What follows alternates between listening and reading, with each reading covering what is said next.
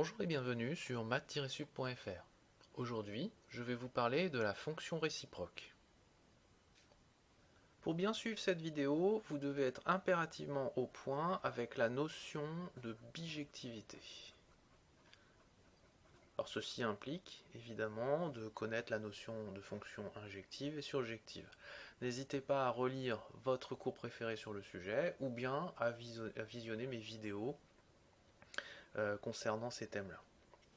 J'utiliserai la notation suivante. La fonction identité de E, c'est une fonction qui va de grand E dans grand E et qui a x associé lui-même. Ou si vous préférez, pour tout x appartenant à E, j'ai identité E de x qui fait x. Autrement dit, c'est une fonction qui ne bouge pas les x.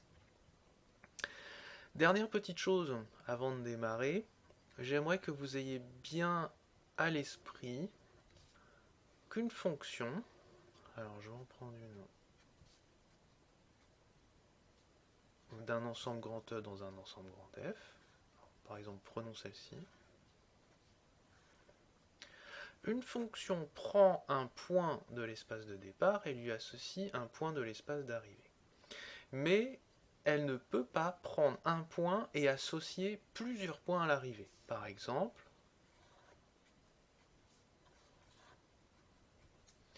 ceci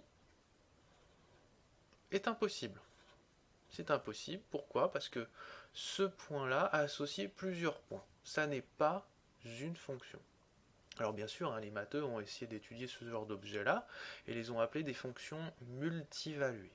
Mais nous, on ne travaillera pas avec ce type d'objet. Donc interdit. J'aurai l'occasion d'y revenir au courant de la vidéo. Examinons une fonction qui soit bijective. Donc je me donne un ensemble grand E, un ensemble grand F. Une fonction est bijective lorsqu'elle est surjective, donc tous les points de grand F doivent être reliés. Et elle doit être injective, ça veut dire que les points de grand F sont reliés une seule fois. Par exemple, on a ceci et cela. Donc là, j'ai une fonction qui est bijective. F qui va de grand E dans grand F. Maintenant, regardez bien. On pourrait, avec cette fonction, inverser le sens des flèches. Alors, je vais mettre des grosses flèches qui vont dans l'autre sens.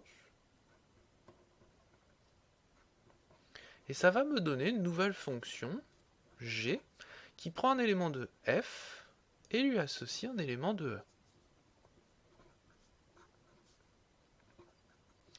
Et regardez ce que fait cette fonction G. En fait, elle fait le retour de F. Si vous prenez un point X ici, F de X va se retrouver là, et G lui va faire le retour. Alors écrivons ça avec des lettres. Si vous prenez un X ici, vous l'appliquez par F, ça vous donne F de X. Puis vous l'appliquez par G, et vous êtes revenu en arrière. Ce qui fait G de F de X est égal à X. Pour tout X dans E. Mais regardez, en fait, ça veut tout simplement dire que G rond F, comme elle ne change pas X, G rond F, c'est rien d'autre que la fonction identité de E. Alors on pourrait regarder si ça marche aussi à l'envers. Si je prends un Y ici, donc Y appartenant à F, je lui applique la fonction G que je viens de construire. G de Y. G de Y est ici. Puis, je reviens en arrière par F, et je retombe à nouveau sur Y. J'ai donc montré que la fonction f rond G, c'est l'identité de grand F. Donc G et F sont des fonctions aller-retour l'une de l'autre. On dira en fait que G est la fonction réciproque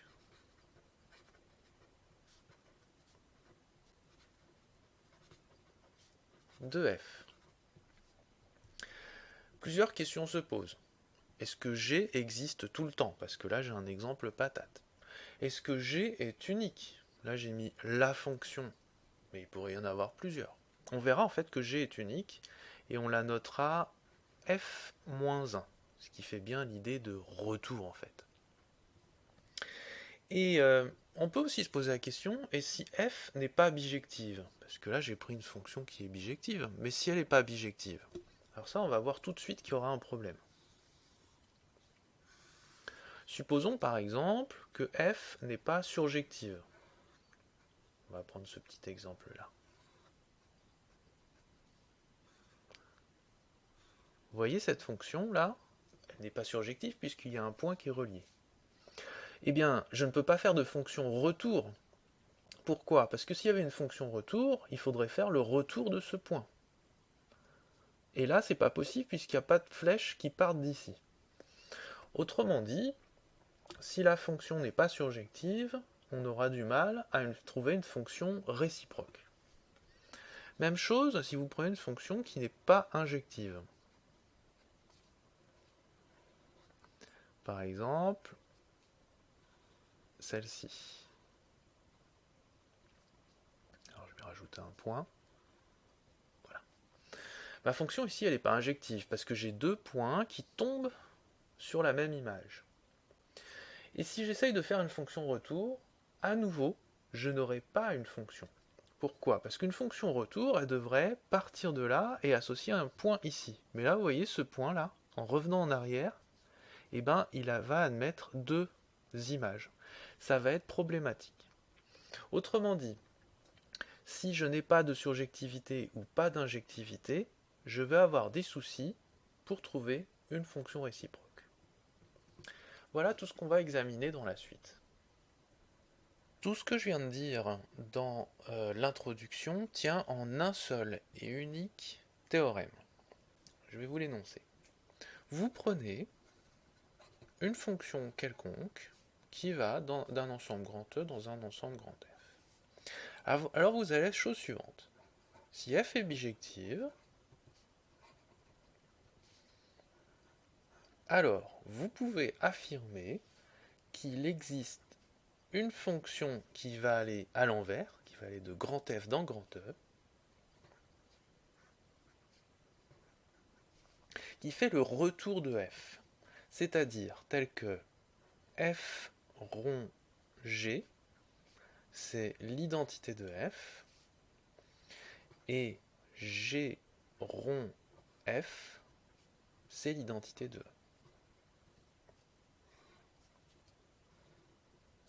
Mais en fait, le théorème dit beaucoup plus que ça.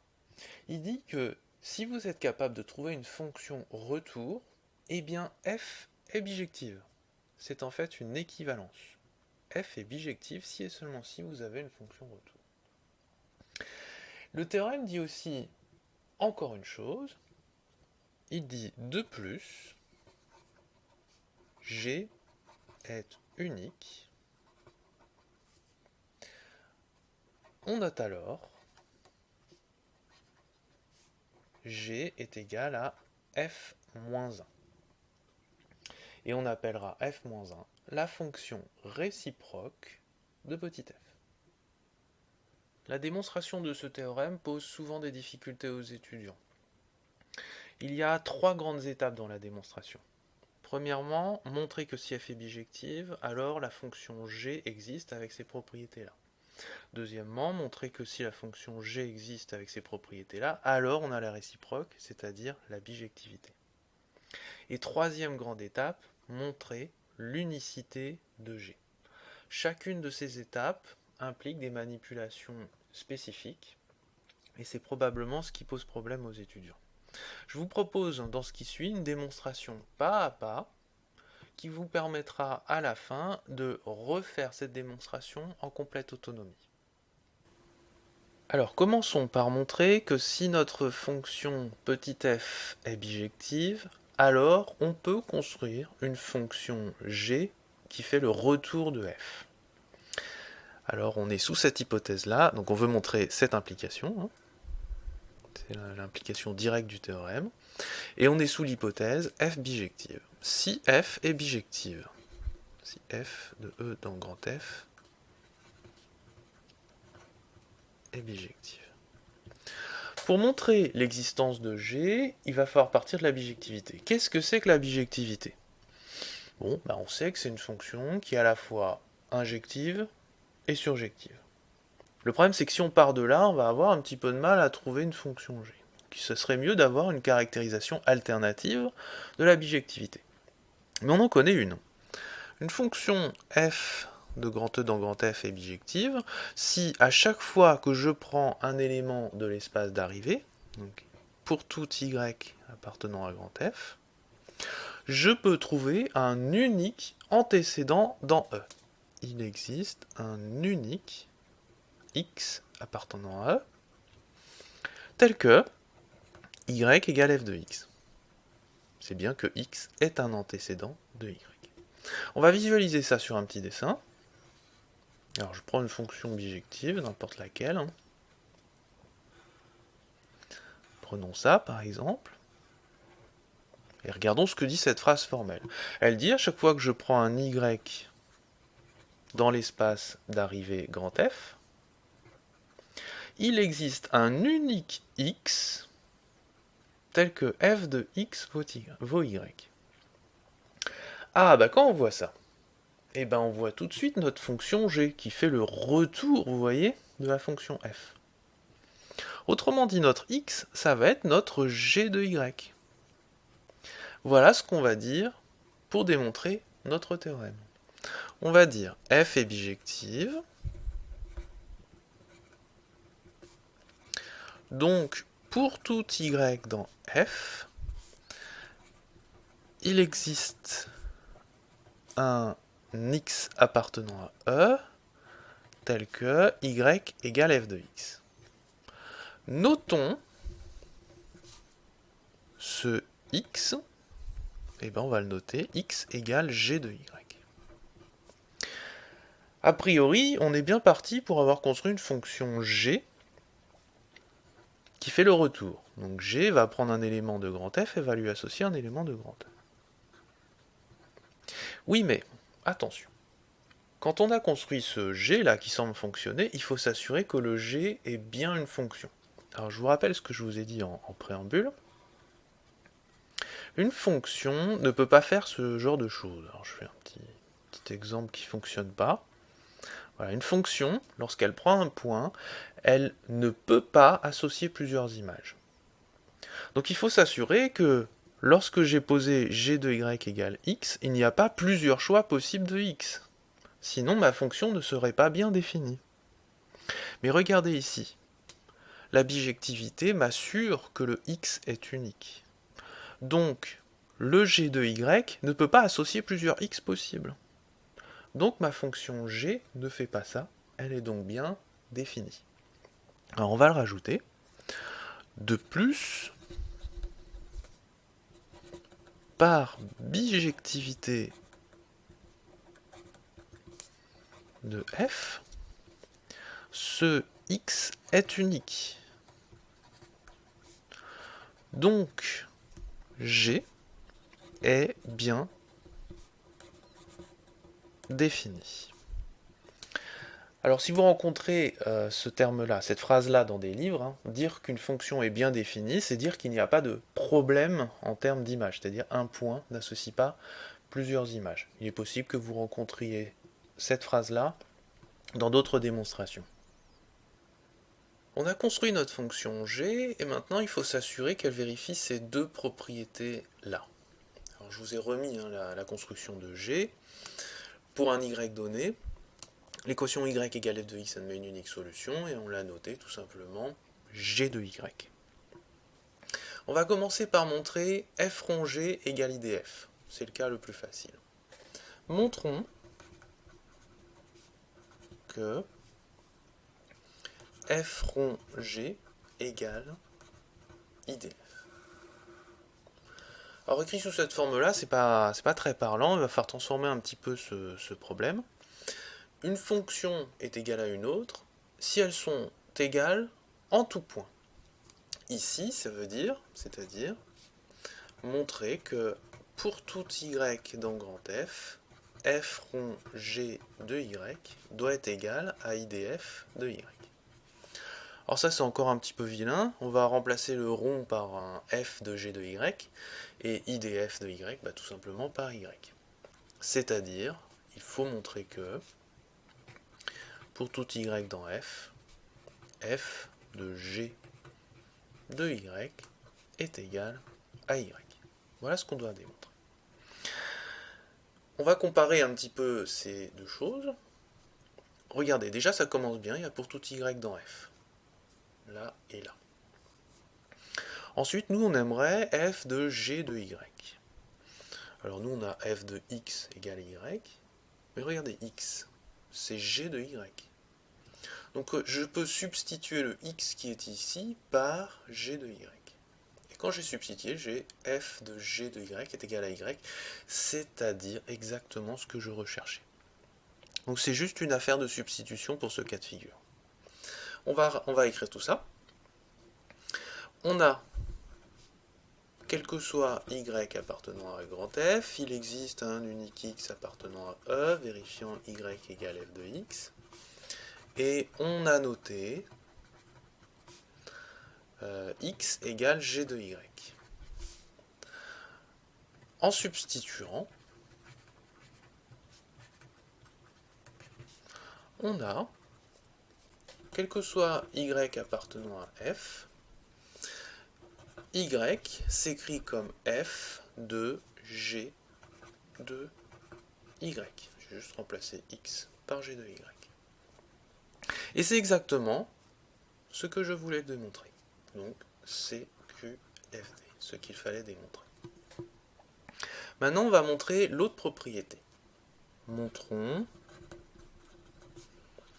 que G rond F, c'est l'identité de E. Là, on va faire comme tout à l'heure, on va transcrire un petit peu. C'est-à-dire montrer que, quel que soit x appartenant à E, G rond f de x doit être égal à IDE de x.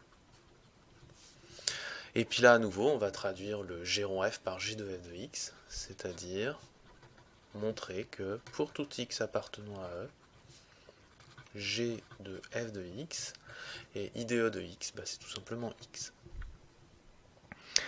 Là, c'est un petit peu moins évident. Tout à l'heure, on avait pour tout y sur les deux phrases, alors qu'ici, on a pour tout x dans E. Et là, on n'y est pas du tout. Donc il faut trouver un petit coup de force qui nous permette de relier les deux problèmes. Ce qu'on a comme données, c'est essentiellement y égale f de x. Eh bien, le coup de force, ça va être ça. On va se donner un x, on va regarder f de x, et ce f de x, on va le noter y, ce qui va nous permettre de trouver de l'information là-dedans. Donc prenons un x quelconque dans E, et notons y égale f de x. Et on va jouer avec ça. Qu'est-ce qu'on veut, nous? Nous, on veut g de f de x. Ah, et bien il suffit de mettre g des deux côtés pour essayer de trouver des trucs. Allons-y. Y égale f de x, ça implique que g de y est égal à g de f de x. Ah oui, mais g de y, regardez bien là-haut, c'est x. Et donc je vais me retrouver avec g de y égale x, x égale g de f de x, j'ai gagné. Or, x c'est g de y, donc x égale g de y, qui est aussi égal à g de f de x. Et donc pour tout x dans E, j'ai montré que x c'est g de f de x, c'est exactement ce que je voulais démontrer. Donc, ce qu'il fallait démontrer, c'est QFD. N'hésitez pas à relire ce morceau, c'est pas toujours complètement évident. Alors le premier cas de figure, c'est assez simple parce que c'est une substitution, mais dans le second cas, il faut avoir cette initiative de se dire, bon, j'y arrive pas bien, essayons de raccrocher les wagons avec des formules déjà présentes. Donc c'est ce que j'ai fait ici, j'ai regardé f de x et je l'ai noté y. Et à partir de là, j'ai joué un petit peu en essayant de faire apparaître des objets qui m'intéressaient, en particulier ici g de f de x. Donc j'ai mis g des deux côtés. Alors on a vu que la bijectivité de f nous assurait l'existence d'une fonction g vérifiant ceci et cela. Maintenant on s'intéresse à la réciproque, c'est-à-dire on suppose qu'il existe une fonction g qui va de f dans e et qui a ces deux propriétés-là, et on essaye de montrer que f est bijective. Je vous propose la stratégie suivante, c'est que je vais montrer que f est à la fois injective et surjective. Il y a d'autres approches que vous pourrez trouver dans les livres, mais que je trouve beaucoup moins claires, beaucoup moins mécaniques en fait. Donc je préfère vraiment séparer injectif et surjectif, et vous allez voir que ça se déroule très très bien. Alors on va d'abord bien poser les hypothèses. Supposons qu'on a ça. Supposons qu'il existe une fonction g qui va de grand F dans grand E, telle que, et ça c'est difficile à exploiter, donc je vais les transcrire exactement comme j'ai fait dans la séquence précédente. Alors qu'est-ce que ça veut dire que f rond g c'est IDF? Ça veut dire que quel que soit y appartenant à grand F, f de g de y c'est égal à y.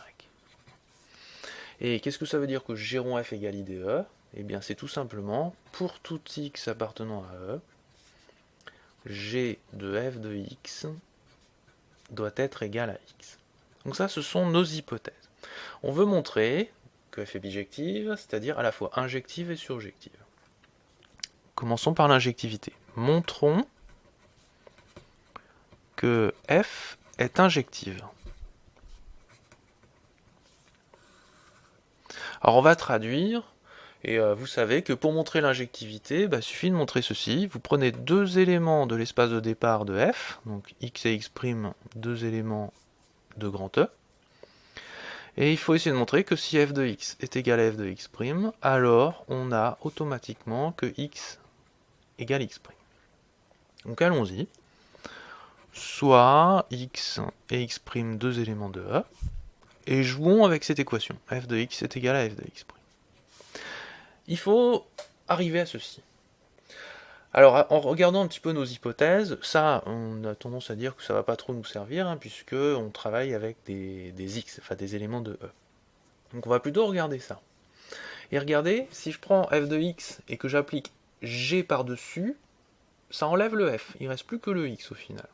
Ah ben ça nous intéresse, puisque vous voyez, on veut arriver de f de x est égal à f de x' à plus de f derrière. Et ben on va jouer avec ça en fait. Donc on part de là, et puis on va mettre g des deux côtés. Comme f de x est égal à f de x', nécessairement, g de f de x, ça doit être égal à g de f de x'. Mais g de f de x, eh ben c'est x d'après cette propriété qui est là. Alors, si vous voulez, je vais l'appeler étoile. Donc ça donne x. G de f de x', eh ben ça va faire x'. Parce que là, c'est une propriété qui est vraie pour tous les x. Donc vous pouvez remplacer x par x', ça va marcher aussi. Donc ça va donner x égale x'. Et là, vous dites par la propriété étoile. Donc, on a bien montré que si f de x est égal à f de x', alors x égale x', f est donc injective.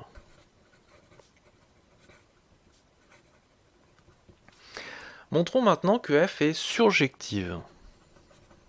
Montrons que f est surjective. Qu'est-ce que ça veut dire concrètement? On a une formule pour ça. La formule, c'est à chaque fois que je prends un élément de grand F, pour tout y dans grand F, il doit pouvoir exister un élément de l'espace de départ, un ou plusieurs d'ailleurs, tel que y peut s'écrire comme f de x. Et là on se dit, bon, d'où ça peut bien venir ça? Alors là, il y a des y, on se dit, ça va certainement venir de ceci. Et qu'est-ce que nous dit la formule? Tout y peut s'écrire comme f de un certain x. Ah, regardez, y, ici, s'écrit comme f de quelque chose. Et le quelque chose là, le g de y, il n'y a qu'à l'appeler x finalement. Et on aura gagné. Alors j'écris ça. Alors ça, je vais l'appeler double étoile. Alors je paraphrase un petit peu. Par double étoile pour tout y appartenant à grand F. Y s'écrit comme f de g de y. Posons x égale g de y. Alors regardez, hein, g c'est une fonction qui va de f dans e. Donc g de y c'est bien un élément de e. Ça va être important pour la rédaction à la fin. Donc posons x égale g de y c'est un élément de e. On a alors y égale f de x. On conclut donc, pour tout y dans grand F, j'ai trouvé un x, ici c'est g de y, qui est bien un élément de E, hein, tel que y s'écrit comme f de x. Donc f est surjective.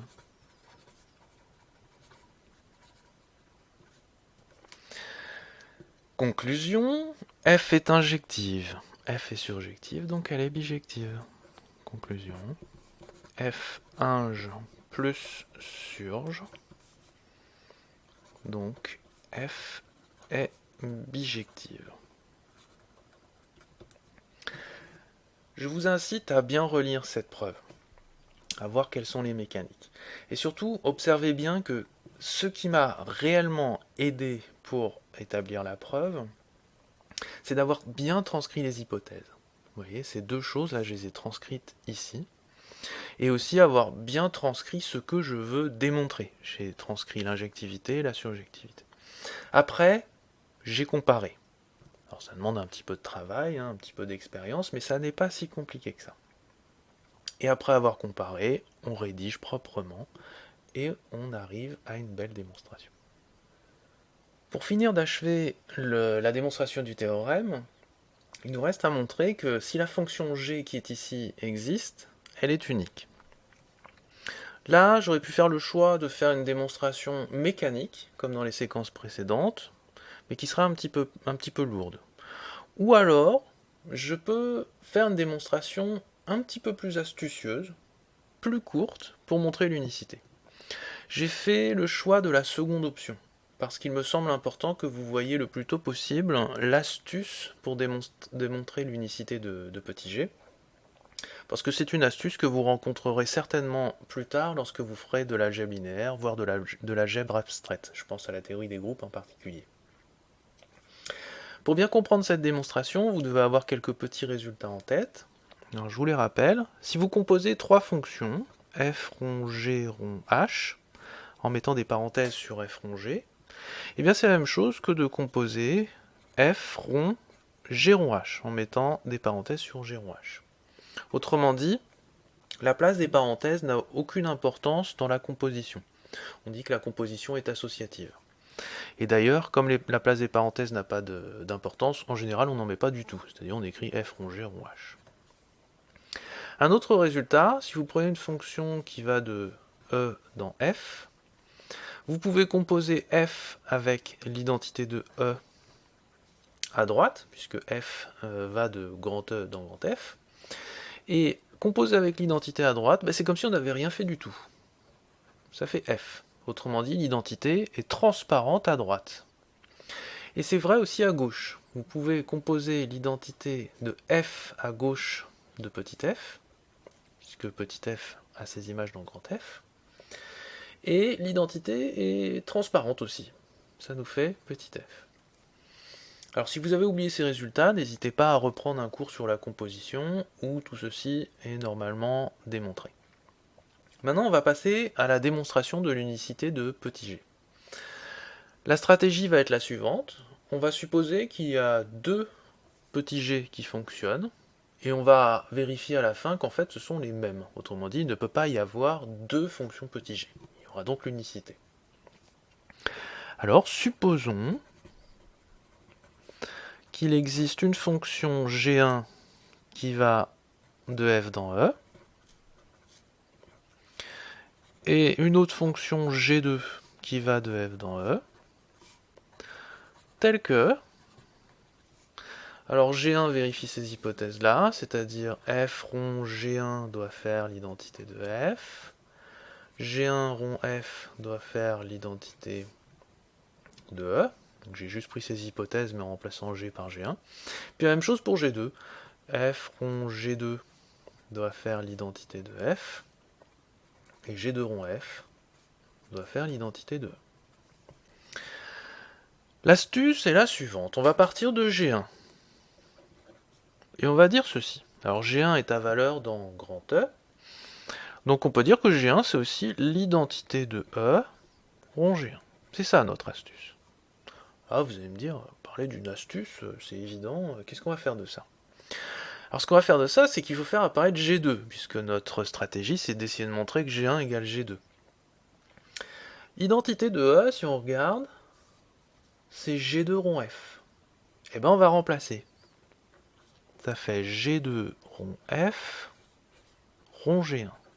Alors là on est content, il y a G2 qui apparaît dans l'équation alors qu'il n'y était pas du tout au début. Ensuite les parenthèses on les met où on veut. Et ben je vais décider de les mettre sur F et G1. Ça fait G2 rond F rond G1. Maintenant regardez dans notre tas d'équations ici, F rond G1 c'est l'identité de F. Donc je peux le remplacer. C'est G2 rond IDF.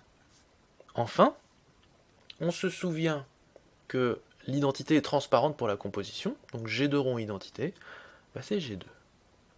Et on a réussi à montrer que G1 égale G2. Il ne peut donc pas y avoir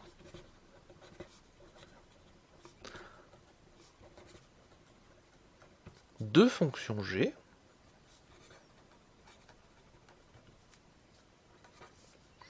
G est unique. D'accord, il ne peut pas y en avoir deux, hein, puisque forcément, s'il y en a deux, elles sont égales. Donc G est unique. Voilà, ça démontre l'unicité. Alors si on revient sur cette preuve, hein, tout est construit à partir de ce point de départ-là.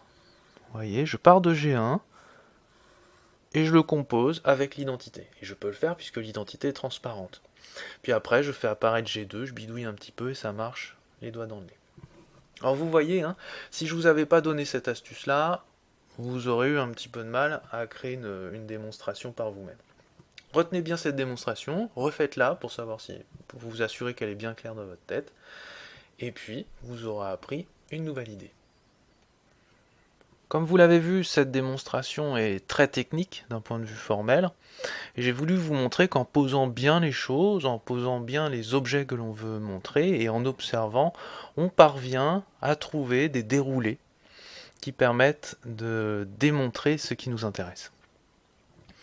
J'aimerais juste revenir quelques secondes sur l'unicité. Je vous avais dit qu'une astuce consistait à poser G1 égale IDE rond G1, puis à faire quelques calculs, et on arrivait à G2. J'aurais très bien pu partir de cette égalité-là. G1, c'est aussi égal à G1 rond IDF, et en faisant le même type de calcul, on peut arriver à G2. Donc vous pouvez le prendre en exercice, ça vous permettra de voir si vous avez bien compris les idées sous-jacentes. Voilà, j'espère que cette vidéo vous aura bien aidé à comprendre ce théorème. On a souvent du mal à trouver dans la littérature des choses bien détaillées qui permettent d'être travaillées en autonomie. Donc j'espère vraiment que cette vidéo vous aidera dans ce sens-là. Et je vous dis à bientôt pour d'autres vidéos.